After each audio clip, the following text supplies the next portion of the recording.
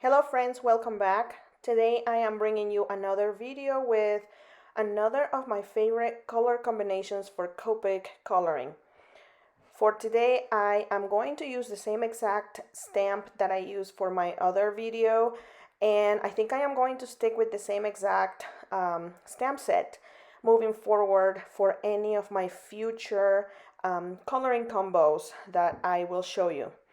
So this right here is me showing you how I stamp it using my MISTI. And I am trying a new thing here. The last video that I didn't have voiceover. I believe it had music, and also it was sped up quite a bit.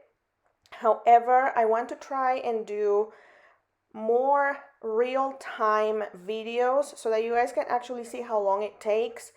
So yeah, this is the first one. I have edited out everything that was a distraction when I forgot that I was coloring and I was watching a show or something like that. But everything that you see here, it is in real time, and it took me about 14 minutes and 20 seconds to color this flower from beginning to end. The first color that I am going to use here is BV08 Blue Violet, and this is a very, very dark purple color. I use this to apply all of my dark shadows, all of the darker areas everywhere in the petals, and that is the step that I do in every single one of the pieces that I color. So do you see how it has some, I believe they're called hills and valleys on the top of each petal? I am choosing which of those sections I want to make appear as if they are sunken in, like they're wavy, and I am adding longer flicks to those areas. After I have chosen which spots are going to be like that, I go around the whole perimeter of the petal and I will add smaller flicks all around, so that it will have more dimension when I am done coloring it. I am taking my time, and my flicks, they are not evenly spaced. My next color is also a very dark purple. It is BV17, and I go on top of those same areas that I applied the BV08 prior to this one, and I am extending those flicks. I am overlapping them with the BV08, but I am extending them more towards the center so that I can start filling in more of that petal. With each color that I bring in, more and more of that white of the paper is going to disappear.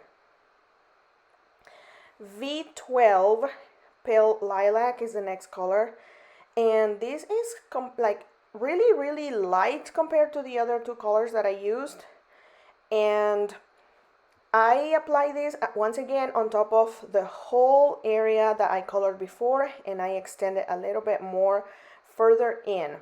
And my lightest tone, V01, this goes all over everything.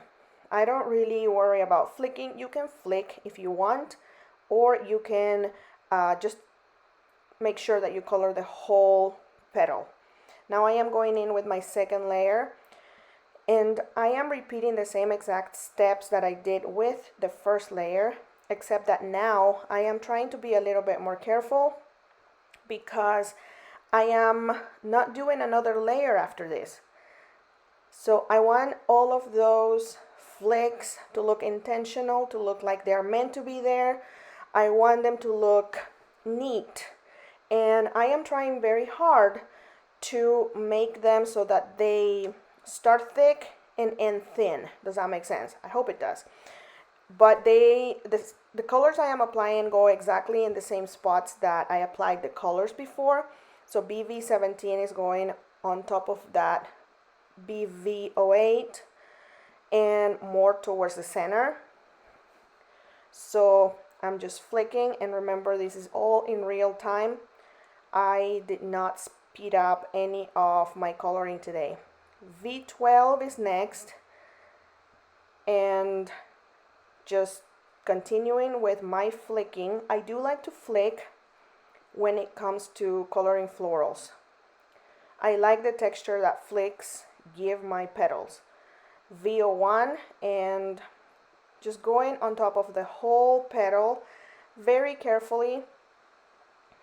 Alright, now I'm going to do the other petals, starting with the one on the left, and I am casting my shadows first. Remember, that is the first step that I do when I start anything.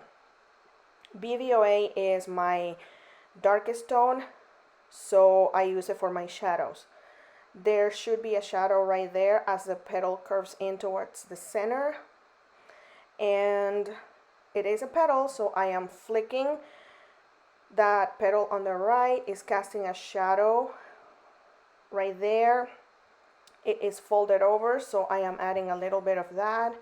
And I am following the shape of each of those petals individually when I decide how I am going to flick. So that one right there, I am flicking towards the center.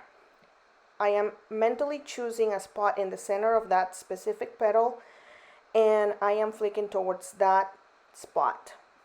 After I have chosen the top longer flicks, like I did in the first petal, then I start filling in with smaller, shorter flicks all around the edges. And I am going to repeat the same process all over the other petals. So I'm really hoping this makes sense. It makes sense in my head. So right here, let's see, you see those longer flicks that are comparably longer than the ones surrounding the petals? Those are going to look like they are folds, and they are going to make it so that the areas around those look like highlights. I always do those like in a V type of shape, so I start wider towards the top and then I kind of meet it as I go down towards the center of the petal. So it looks more realistic, more natural to me. And after I have done that, I am filling in more of those flicks or more of the petal with smaller flicks. If you notice, the center petal has flicks coming from the center out, kind of like a fan. I did that very intentionally because I want those to kind of appear like they are meeting from the center towards the outer longer flicks that I did from the top.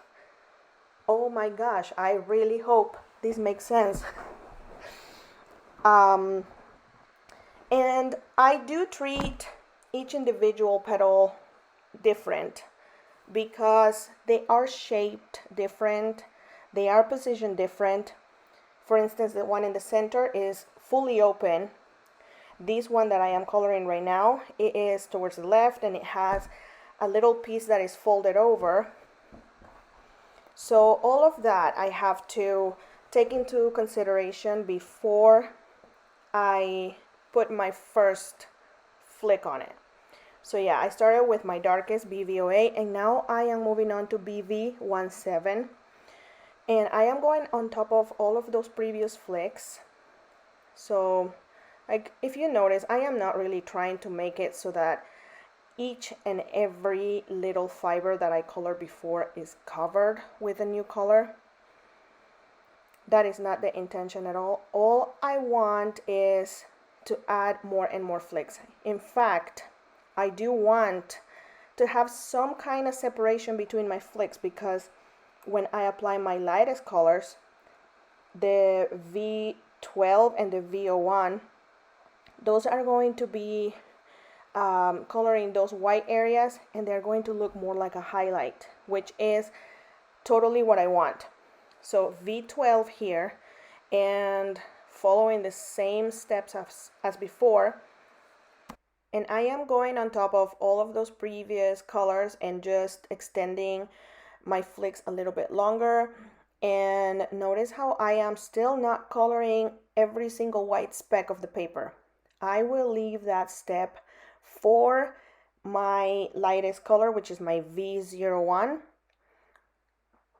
And you will see that right here. So I'm flicking and making sure that I cover most of it. Like, you can flick, you cannot flick, it doesn't matter, as long as the whole surface that you are coloring is covered with that color. V01 in my mind, or the lightest tone of your combo, whichever combo you choose, is the easiest one to apply.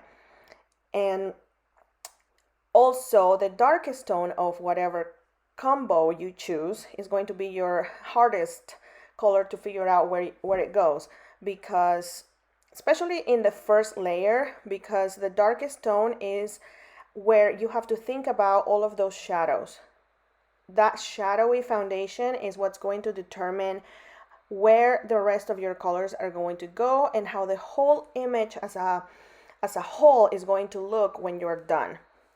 So the second layer doesn't take nearly as long as the first layer, I believe, because you already did all the thinking when you did the first layer. So the second layer, it's easy because you know exactly where all of those colors are gonna go. So when you are doing your very first coat of whatever color combination you're doing, and you are using your darkest color to apply those shadows first, to map out all of those shadows, take your time, just be mindful, think about each individual element that you're coloring. And what I mean by that is, for instance, I am coloring this petal right now. So I pretend in my mind that nothing else matters, nothing else exists in that, because I want to be able to just visualize, what does that petal look like in real life? Where are the shadows going to be? Where should there be highlights on it? So I just try to pretend in my head that nothing else is on the paper. And when I am done with that specific petal, I will move on to the next one. BV17, and I am doing the same exact thing as the first layer, and just extending all of those flicks a little bit longer, a little bit further towards the center. Once again, I am not trying to cover every little fiber of the paper. I want to have that separation in between my flicks. That is how you get that light, those highlights shining through those dark colors. And this takes practice. I have been coloring with Copics for 2 years, so this takes a lot of practice, but don't give up. Alright, so V12, which is one of my highlights, and once again I am flicking on top of all of those areas, following the direction of my petals. They're looking so pretty already. I love it. And yeah, flicking from the top towards the bottom, and then the same from the bottom towards the top. And I believe the last step here before I do the center is going to be my V01. And I am going to use this to blend the whole thing. Well, not really blend it, but more like use it to apply those highlights, make sure that they are where they need to be. I am still following the direction of each of those petals, making sure that all of it has been covered with that. Alright, now for the center, I am using the same exact color that I did for my red flower, E99, and I am applying some white dots using my Posca pen, and that is it. Alright, thanks you guys. I will see you again next time.